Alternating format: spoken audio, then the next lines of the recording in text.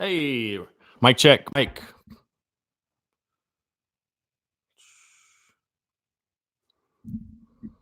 Mic check.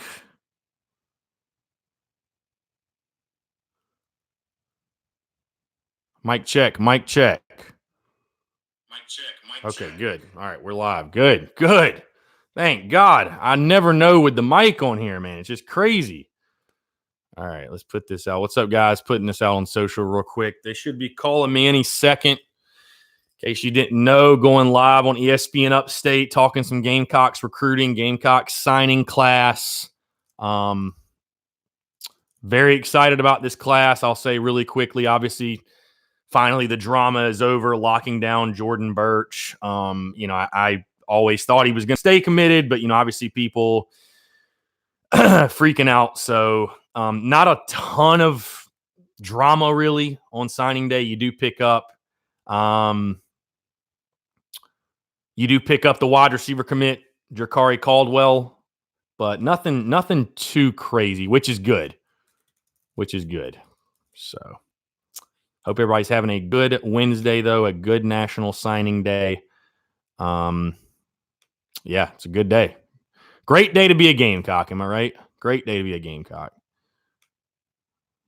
Why is Twitter being so stupid?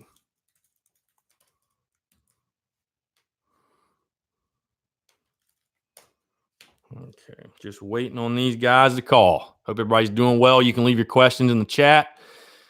Really appreciate you guys. Again, great signing day. Will Muschamp going to have his presser at 4:30. So we'll be looking forward to that.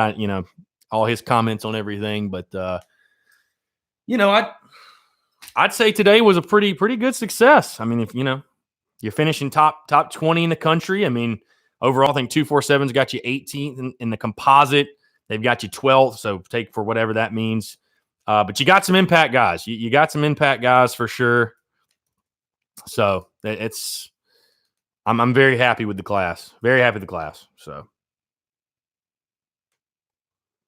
okay.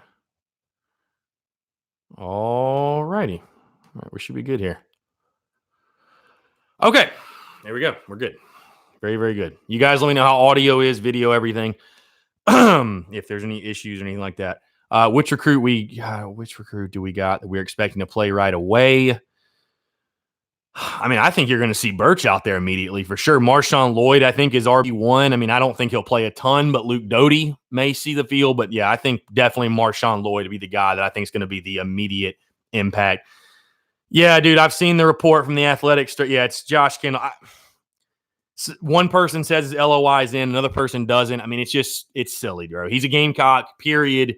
Put on the Carolina hat. Everything's good to go. I don't understand why people are trying to create drama, but it is what it is. So I don't know if it's people are bored. They're looking for a story. They're trying to get clicks.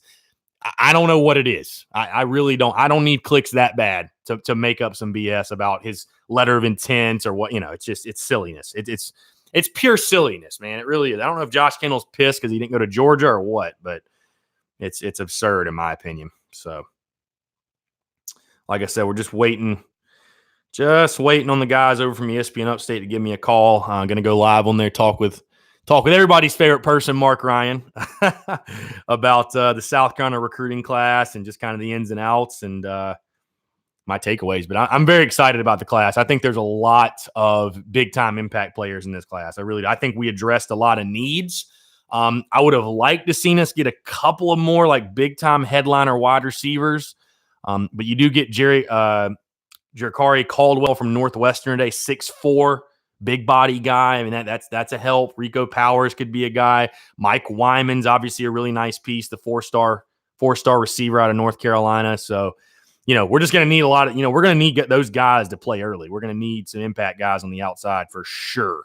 So, but yeah, overall, I mean, happy with the class, no doubt. So, like I said, just waiting on these guys to give me a call. So, let's see. Yeah, definitely loaded up. We really flipped the running back position, I thought, for sure, after you lose 4 seniors or 3 or 4 seniors.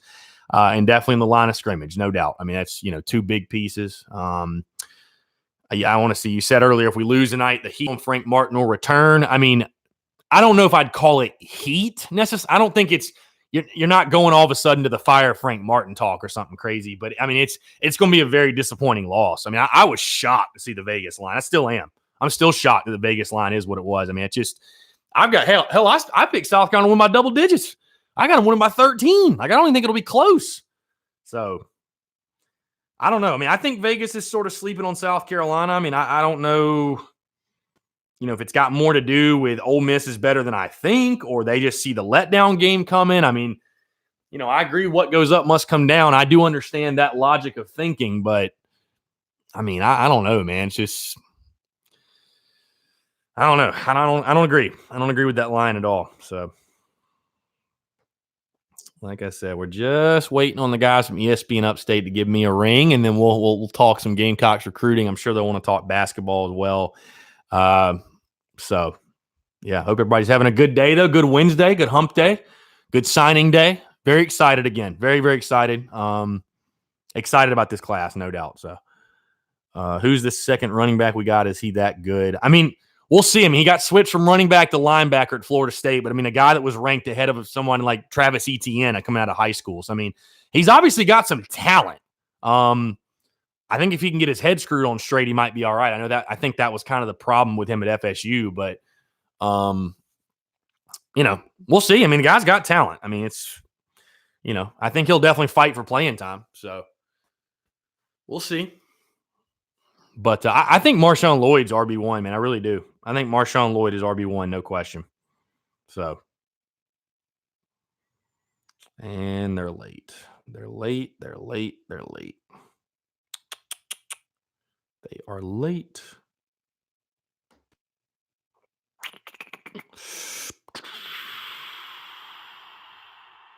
Yeah, grades too. I mean, that's what I was saying. Keep his head screwed on straight, whatever it is. Which he'll have all the resources in the world at Carolina with all the tutors and the Doty and everything else. I mean, they run a clean program, so as long as he keeps his, like I said, keeps his head on straight, I think he's got a chance to make it back. So, do you still see transfer from our football team? If you're saying I think anybody's going to transfer out, I don't think so. But, I mean, you never know. But I don't see any right now that jump off the top of my head, really, or that jump out. But, I mean, you never know.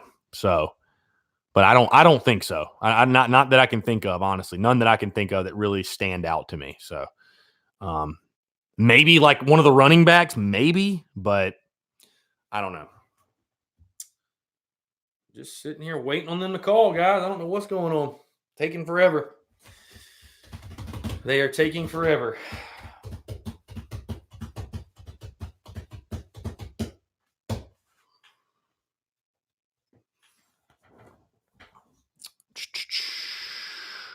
Going to be improving the setup, by the way, over the weekend that you guys are seeing here. Getting a little gift tomorrow, getting the new GoPro. Going to be doing all the streams and stuff through there. Going to replace this back here. Everything's getting enhanced a little bit. Very excited. Very, very excited. So you guys stay tuned. Also, if you're in town for opening day, going to have something really fun as well that I'm going to announce probably Friday. Really looking forward to it. So stay tuned for that as well. So let's see. And here we go. Hi, it's Chris. Hey, Chris, this is Lonzo, ESPN Upstate. Yeah, hey, Lonzo. What's up, man? Nothing much. We've got about a minute and a half. Okay. Sounds good. All right. So we are live on here. Make sure you guys can hear this.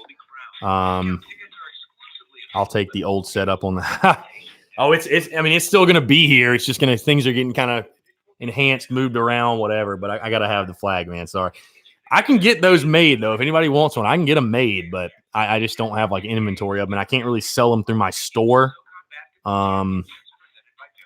Whose projections don't have South Carolina making the NCAA tournament? I'm curious. I haven't seen those. I haven't seen any of those. So I think Gamecocks do get back to the postseason. So, but all right, we're going to lock in here. Going live on the radio. So, meet Eno, the Capital One assistant that catches things that might look wrong, like increases to a recurring bill, then sends an alert to your phone and helps you fix it. Eno, another way Capital One is watching out for your money when you're not. Capital One, what's in your wallet? See CapitalOne.com for details. Limitations apply. At AutoZone, we've got great deals for you to get more out of your ride. Right now, buy one bottle of Gum Out Regain Complete Fuel System Cleaner and get one free. And if you're dealing with a... Are you talking basketball or baseball, Donnie? Because Adam was talking baseball. I haven't seen any preseason projections where we're not in the postseason. Basketball, I know we're not. Not yet. So. Crubbing the gold, thanks to you, the finest sports fans in the Upstate. You're experiencing the official best sports talk show in the Upstate, according to the South Carolina Broadcasters Association. The honor ours, serving you. This is Offsides with Mark Ryan on ESPN Upstate. All right. Clemson Sports Talk. Lawton Swan will be joining us in the next segment to discuss Clemson's class coming your way at 3:40 today. The number 3 class in America. 5 headliners, all 5-star players. Joining us right now is a good friend of the show, Chris Phillips. He runs the Spurs Up Show, a self-made man, a self-made media entity. Congratulations on your entrepreneurial spirit, sir, and congratulations on a job well done putting together what seems to be in the city of Columbia the media entity that is truly the voice of the fan. So cheers to you, sir. How you doing? I'm doing well, Mark. I appreciate the kind words and really, really excited to be joining with you. Talking some football, obviously talking signing day. It's a great day to be a Gamecock. I think most Gamecock fans are pretty pleased with the class, especially with the Jordan Burch drama or lack thereof, if you will, depending on what side you're on, finally coming to a close, and Burch and Alex Huntley, his teammate, both making it official today at Hammond High School. So a good day to be a Gamecock for sure. Massive deal with Jordan Burch. Can you describe what kind of player the Gamecocks are getting in Jordan? I think he's an immediate impact player. You know, a guy that at one point was ranked as high as the number 1 overall prospect in the country. You know, he's someone that I expect to come in, you know, is going to need to develop, but I expect to immediately be in the rotation. I think the impact, man, I think it goes beyond the field. You know what I mean? Just changing the overall national perception of South Carolina football, you know, to keep a guy like this home, you know, in a year where, let's face it, we all know kind of what's on the line for Will Muschamp and that coaching staff, but you don't bring a guy, or you don't keep a guy home like a Jordan Burch. You don't keep him away from schools like LSU and Clemson and Georgia if your program's not on somewhat of solid footing, in my opinion. So I think it says to everyone else, hey, we do have a good thing going here. You know, the ops building is paying off. The way our program is built is paying off. And, you know, I think it just screams to all those other national recruits out there because, listen, great players want to play with great players, right? I think it screams to those guys as well. Hey, you can be one of the top recruits in the country and come play at South Carolina. Now they just got to have success on the field. But, again, I think his impact will be felt on the field this year. I think he's a powerful guy, really fast twitch guy that will make a big impact on the edge for South Carolina. But overall, it speaks even more so volumes to me off the field and to the program that Will Muschamp has built at this point. I do want to get to this. You know, it's interesting to me to look at we can agree, and my theory is, Chris, that when you have to announce that your head coach is coming back, he's 1 year away from being fired, right, provided he doesn't produce. We can agree that is this year for Will Muschamp, right? This is no question. No question. Absolutely no. I hate the fact, Chris, that he's got this built-in excuse again because 24/7 Sports says that South Carolina has the most difficult schedule in the nation. And when you have Coastal Carolina, East Carolina, and Wofford on the slate, I don't buy that that's the most difficult schedule in the country. You know, I guess it's top heavy with LSU, Georgia, Clemson, obviously. But, you know, you say the built-in excuse. I really don't think there's a built-in excuse necessarily this year, Mark, just in the sense that I think worse than 7-5 and Will Muschamp's fired. I just think there has to be some sort of sign of progress this year because, again, you know, you get a Burch, you get a Huntley, you get a Lloyd, you get Luke Doty, Mike Wyman. You go down the list of names, and there are a lot of big-time impact players in this class, but nobody's ever questioned the recruiting ability of Will Muschamp, not when he was at Florida, not when he was an assistant before, not when he's at South Carolina. Can they put it together on the field, though? To me, there's even less of an excuse this year because you've got your guys in there. You've brought in your talent. Now, what are you going to do with it? You've got your blue-chip quarterback from California coming back as a sophomore. I mean, what are you going to do with it? So, you know, maybe you could make a case for 6-6, but to me, 6-6 does not show enough progress because, you know, I'll tell you this, Mark. If South Carolina's 3-3 or worse after the first 6 games, he should be fired at the bye week, in my opinion, because the back half of the schedule is brutal. I mean, you go to LSU, you go to Clemson, you play Georgia, you play Texas A&M, who you haven't beaten in 6 years. So it's going to be very tough sledding to pull out 2 or 3 wins in the second half of the year. You've got to take advantage early on. 3 straight home games to start the season. You got to start 3-0. You got to beat Kentucky on the road. You got to pull one off against either Tennessee or Florida, in my opinion. But I don't think that built-in excuse necessarily is there. I think Gamecock fans have certainly had enough, and I think worse than 7-5. I don't think he comes back. I don't think they'll retain him worse than 7-5. You got to go 7-5 or better to show true progress, in my opinion. You know why I really like Chris Phillips, guys? You want to know where I really like him of the Spurs Up show? Because he is one of the only he subscribes to my theory, and I found him to be in a select few media members that does this. He keeps it real. If he's talking about SC, he can keep it real about SC. I was telling you guys the other day, South Carolina basketball has been on an upswing. The women's basketball team is number 1. The men's basketball team has won 5 out of 6. The Clemson basketball team has been in a tailspin. Half the fans that went to the game to see them play Duke wanted to see Duke win, even though they were in regalia in orange gear. And I told you that a lot of the Clemson media members, when Clemson has a late egg performance against Wake Forest, they just tweet nothing. They're not there when Clemson doesn't play well. Chris Phillips is there, rain or shine. And I like to think I'm the same way, and I appreciate the heck out of you for that, Chris. I want to let you know that we had Denny Thompson on the show yesterday. He runs the 6 Points quarterback camp.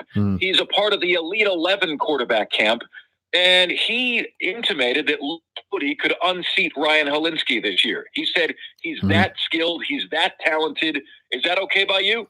I think it's possible for sure. I mean, listen, this is sort of my reasoning. I think right now, and I'm going to go with the safe pick. I think Ryan Helinski's going to be QB1 come Coastal Carolina the first game.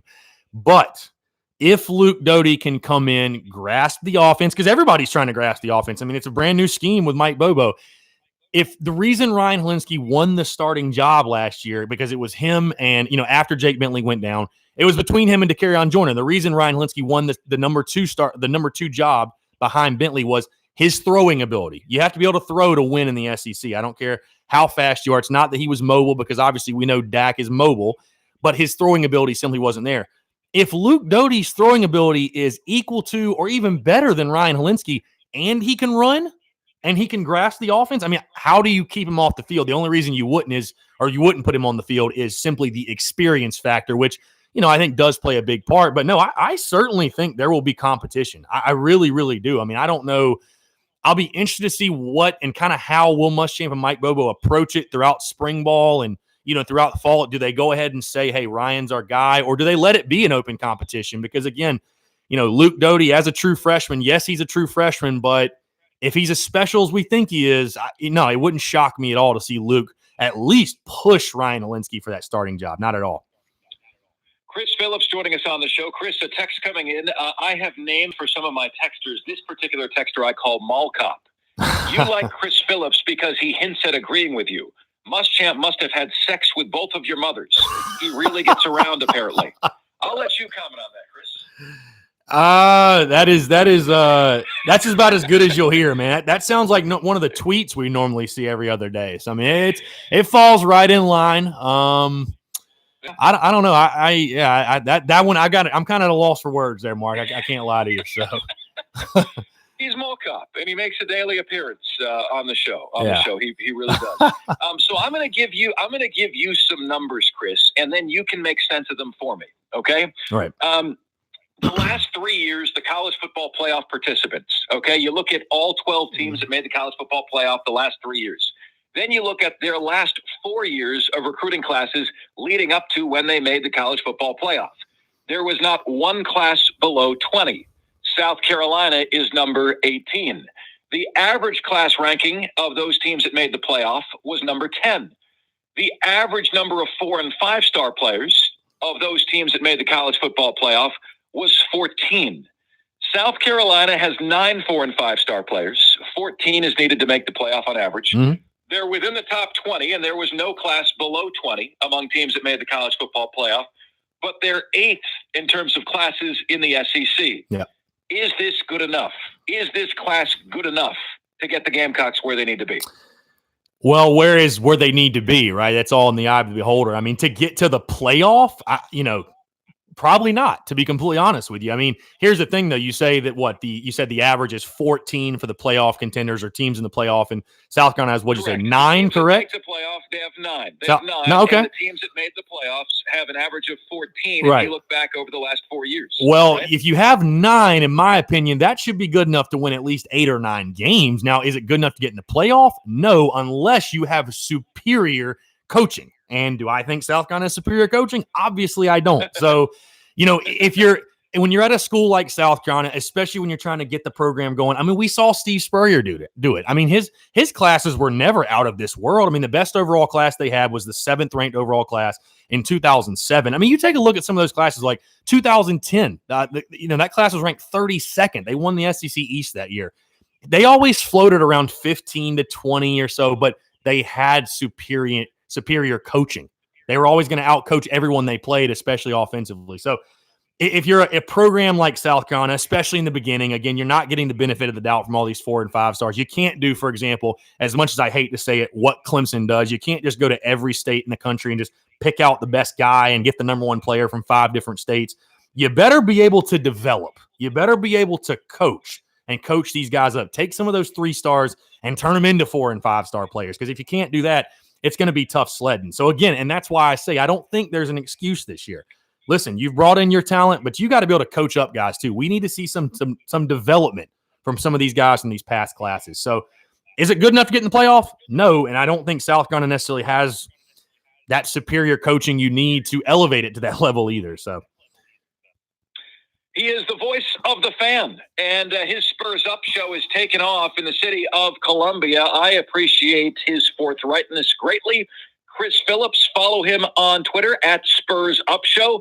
Chris, always great to have you on, my man. Thanks so much. Mark, appreciate it. Thanks as always. All right, coming up next. And there you go. That's all she wrote. That is all she wrote. So good stuff. I guess if you guys, we can stay live for another like 5 or 6 minutes. If you guys have any feedback, thoughts from that, really, really good stuff. Yeah, really, really good stuff. That tweet or whatever, that text he read was absolutely hysterical. No, I feel good about this class, man. I mean, you look ahead, though, to the season. We got to see some development from it. I think all fans would agree, I think all fans would agree that we've got to see some development from it. So as much as I love these classes and I love bringing in these guys and, whatever, got to win some ball games. Like, we got to win some ball games. There's no excuse. So we'll obviously have plenty of time to talk about that as we get closer to football season. For now, though, obviously, big basketball game tonight as South Carolina takes on Ole Miss. I'm very, very excited about it. I do think the Gamecocks get the win. I don't understand the spread at all in this game. But I guess we'll see. I guess we'll see if South Carolina can prove Vegas wrong. But I'm going to go eat some lunch. Appreciate you guys tuning in. Hope you guys enjoyed that. If you have any thoughts, feedback, whatever, feel free to leave it. But until next time, appreciate you guys tuning in. We'll talk soon. Thanks so much.